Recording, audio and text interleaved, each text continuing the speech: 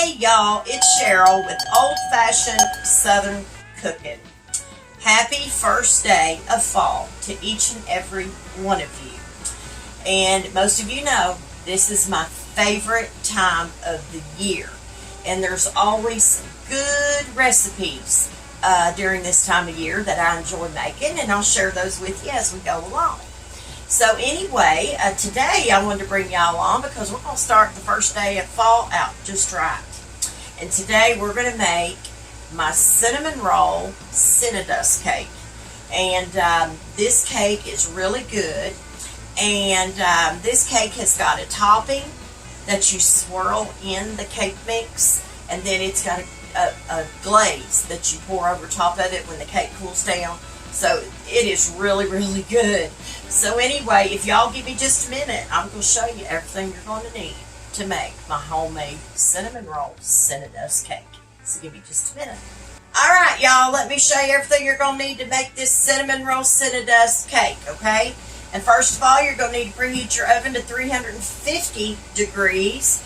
And you're going to need a little bit of the canola cooking spray or whatever kind of cooking spray that you prefer. You're going to need that. You're going to need to spray you a 9x13 casserole dish down with your cooking spray. Now, you can use cake pan, you can use casserole dish, use whatever suits your fancy, okay? And I've always used a casserole dish, and I never have any trouble with my cakes. Sometimes putting an icing on them, and I think I referenced this in the other two cakes that I have on my page. But sometimes when you put icing on them in a casserole dish, you know, it can be it can be challenging unless you flip it out. And I've done that before, but I just think they turn out so pretty in a casserole dish, y'all. I don't even own a cake pan, to be honest with you. I just own the 9-inch round cake pans. That's the only actually cake pan that I have. So, and I just don't need to buy any. This works great for me. So you are going to need 1 box of the Betty Crocker Cinnamon Toast Crunch Cinnadust cake. And as y'all can see there, it's written there, it's got the Cinnadust in the cake mix. That's what you're going to need to make this with, okay? And this box is a 16, put my glasses on, y'all, can't see anymore without my eyeballs. It's a 16-ounce cake mix, and you're just going to follow the directions on the back of the box, okay? That's all you're going to do with that. Now, for the topping to this cinnamon roll Cinnadust cake, you are going to need a 1/4 cup of butter, which is 4 tablespoons, or you can dip you out a 1/4 cup, however you want to do it, okay? And I'm going to remove these glasses because I can see my ring light in my glasses there. You're going to need a 1/2 cup of packed brown sugar, and you are going to need 2 tablespoons of self-rising flour. Y'all probably can't see that very well, can you, with the lighting? 2 tablespoons of the self-rising flour, and you're going to need 1 tablespoon of ground cinnamon. Now, I use a little bit extra cinnamon because it just makes things so good. So, but anyway, you're going to need 1 tablespoon of the ground cinnamon. Now, for the glaze to this recipe, all you're going to need is 1 cup of powdered sugar. Remember, when you measure powdered sugar, y'all, the correct way to measure powdered sugar, if some of y'all don't know, you need to spoon it out into your measuring cup, okay? That's how you do that, just like you would if you were measuring flour. And then you're going to need 2 to 3 tablespoons of milk. I got it over here in this little dish of mine. 2 to 3 tablespoons. It just depends on how, you like your glaze and how thin and how thick you like your glaze. So we'll see when we start to make that up. And then you're going to need a 1/2 teaspoon of vanilla. I use the real vanilla, but you can use the imitation. That'd be fine. I use a little extra vanilla than the 1/2 teaspoon. Just a couple more drops is all. And that's it.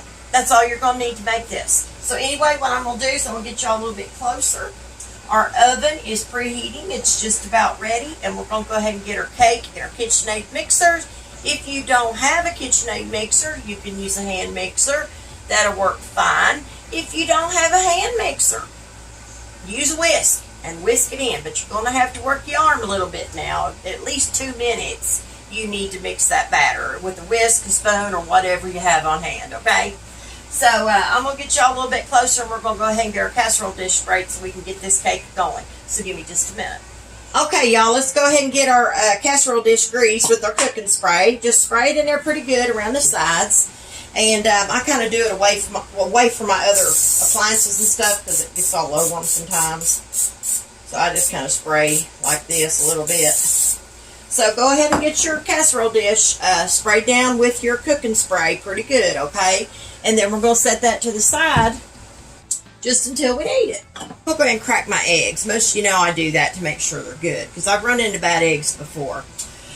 But for the cake, what you're going to need is you're going to need 1 cup of water.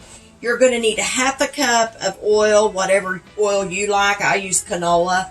And you're just going to need 3 eggs. Okay, that's all you're going to need. So let's go ahead and crack these. And like I said, I'll transfer them over. We want to make sure they're good. And Walmart was out of their extra large eggs this time, so I had to buy these. And I didn't really like it, but you know, it is what it is, right? They're just smaller than I like.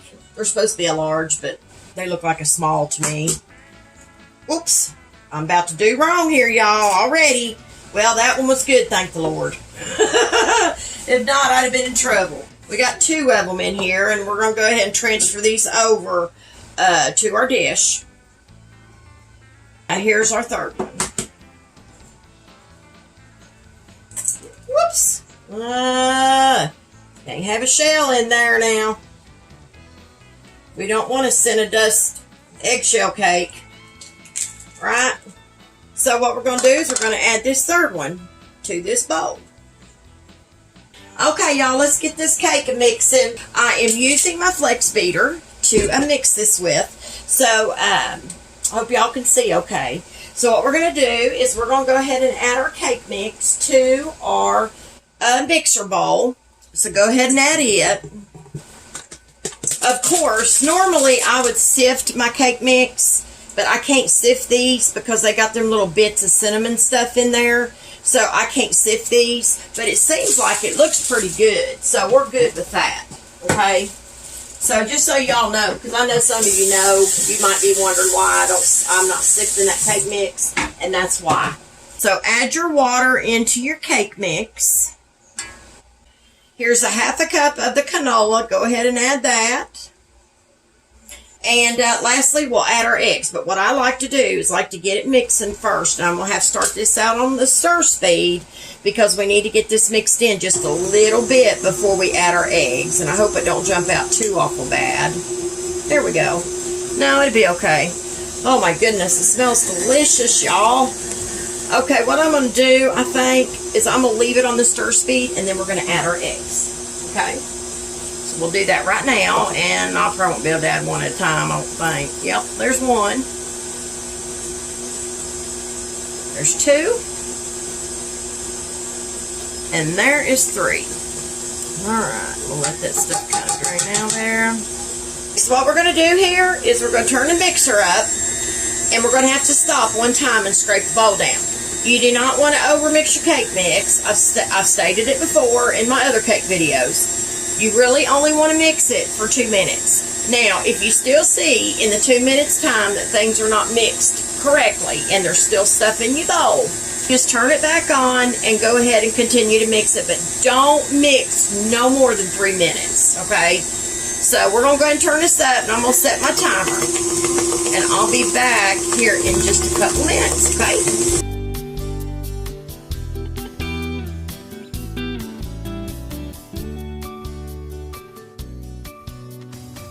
What I do is I set my timer for 1 minute, and then I'll scrape the sides of my bowl.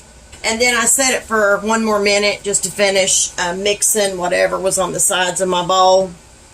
See, when you can set your timer for 1 minute, you scrape your bowl, you're not continuously sitting there mixing, you know what I mean? You're not mixing over the 2 minutes. That way you can set it for a minute, come back, scrape your bowl, put your flex beater back down in your mixer, and then we're going to mix it again. And we're only going to mix it for 1 more minute because that's all it's going to need. Okay? So give me just a minute. I'm going to set my timer, and I'll be back when the minute's up.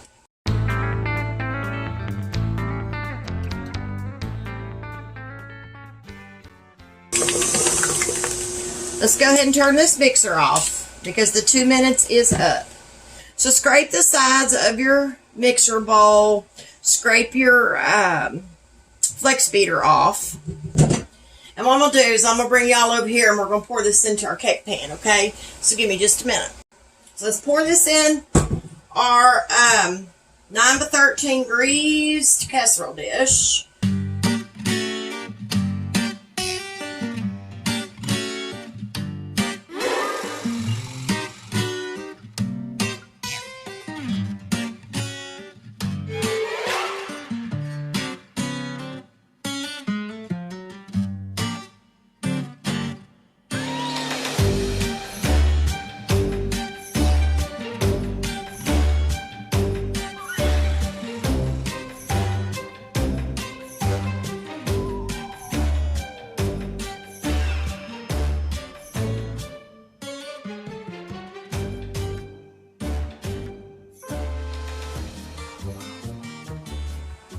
And what we're getting ready to do is we are going to make up our topping because that has to go on here next. Okay, we've got our cake mix in our 9x13 casserole dish. Now what I'm going to do, I'm going to set this back to the side just for a minute. And we're going to get us a bowl and we are going to go ahead and make our topping for this. What you want to do now is you want to take your 4 tablespoons of your butter, put it into a bowl, and what I normally do here is I just cut it into chunk-sized pieces pretty much because it will help it melt a little better. And you don't want to get your butter like scorching hot, okay? You just want to melt it.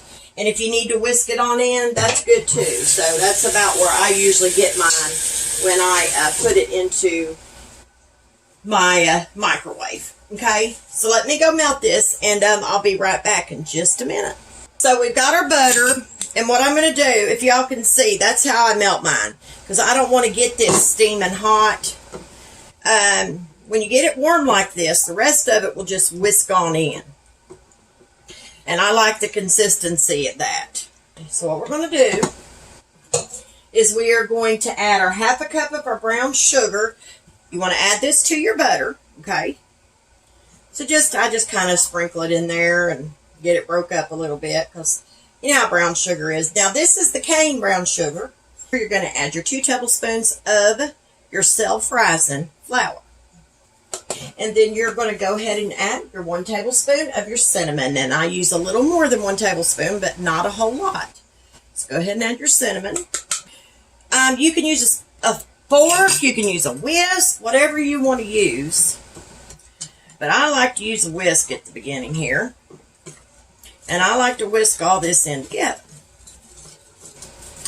But you can use a spoon, and I usually switch over to this spatula laying over here in just a minute. So whisk in your topping. This is what it should look like. It's going to be a soft topping. And I'll show you all the consistency of your topping. This is what you want. Okay, just like that. It should just kind of roll off a whisk pretty easy. Now I'm just going to take this little miniature spatula, just kind of run around my bowl, get anything extra that might have been on the side. I'm going to go get our cake. I'm going to bring it back over here, and I'm going to show you what we do next.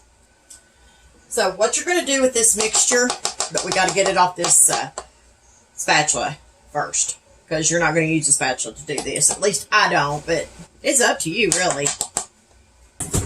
Take you a tablespoon, and you're just going to start laying it on top of your cake. Okay? This is all you're going to do. I'll try to stay y'all's view if I can.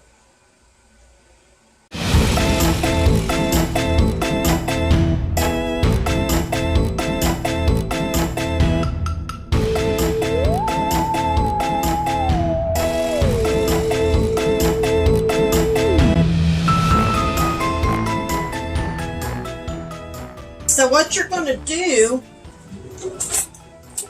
you're going to take something and swirl this in. I just use my little icing knife. and I swirl this in the best I can get it. It may not go all over, but remember, you've got those Cinnadust pieces in there already. So it's gonna be good regardless. So see there, see how I done that? I swirled it into my cake. That's what you want right there.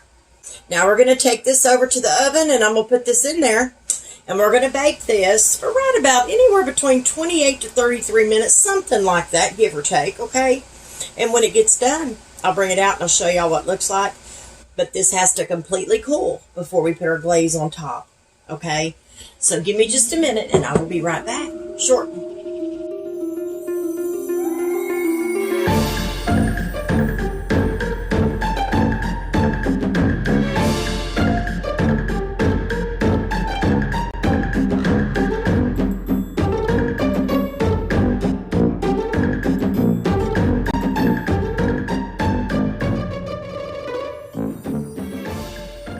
The cake is done, and it's been out of the oven for a little while now. Like I told you earlier, you got to let these cakes cool completely before you can make up your glaze and put it on top of it, because if you don't, it's just going to melt right down into your cake.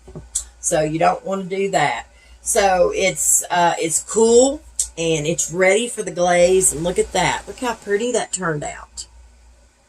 You can see where I swirled in the topping on top of it. Kind of give you all a close-up before we put the glaze on top of it. But anyway, let's go ahead and make this glaze. I'm going to set this cake back to the side just for a minute, because it's not going to take long to make this glaze. So I'll run through the ingredients for the glaze one more time real quick. So all you're going to need is you're going to need 1 cup of powdered sugar. And you're going to need 2 to 3 tablespoons of milk. And like I said earlier, we'll just have to see once we start mixing it together. You know, everybody, some people likes their glaze, you know, a little thicker. Some people like it thinner.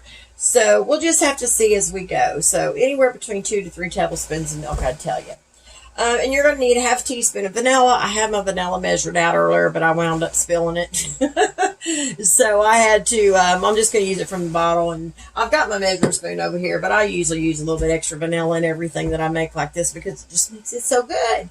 So anyway, we're going to go ahead and get this mixed up. So all you want to do here is you want to take your, we're going to go ahead and add this is 2 tablespoons of milk, by the way, okay? So what we're going to do is we're going to take our milk. I've done kind of broke up our powdered sugar with my whisk. So all you're going to do is you're going to take your milk, 2 tablespoons, and you're going to add that to your cup of your powdered sugar. And then you're going to take your vanilla. Like I said, I use the real vanilla. Imitation will work fine.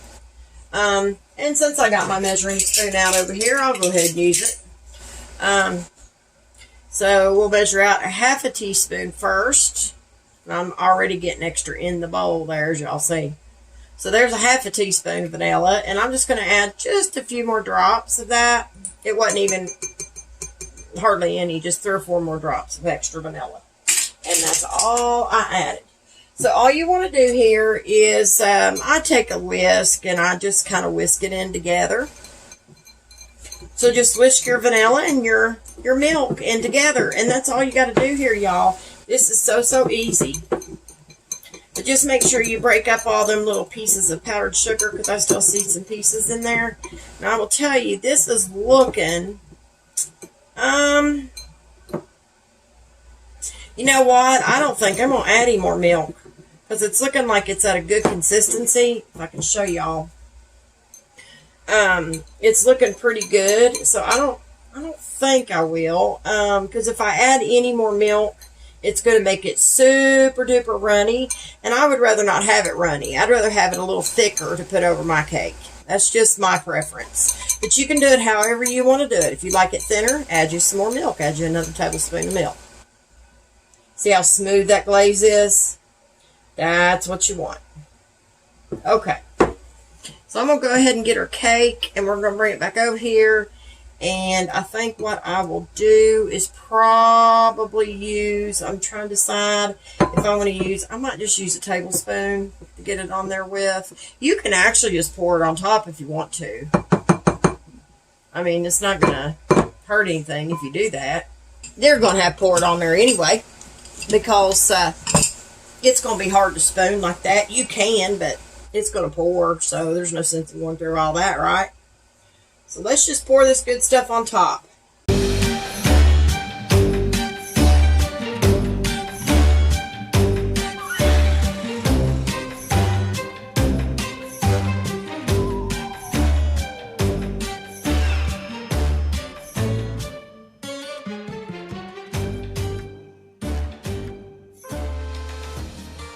So anyway, y'all, we have made my cinnamon roll Cinnadust cake, and with our topping, we swirled in our topping, and then we made our glaze to go on top of it. And you talk about something that is just going to be good. So what I'm going to do is I will probably put this into the refrigerator and let that glaze kind of set up, because it will. And it'll get a little firmer on top of your cake.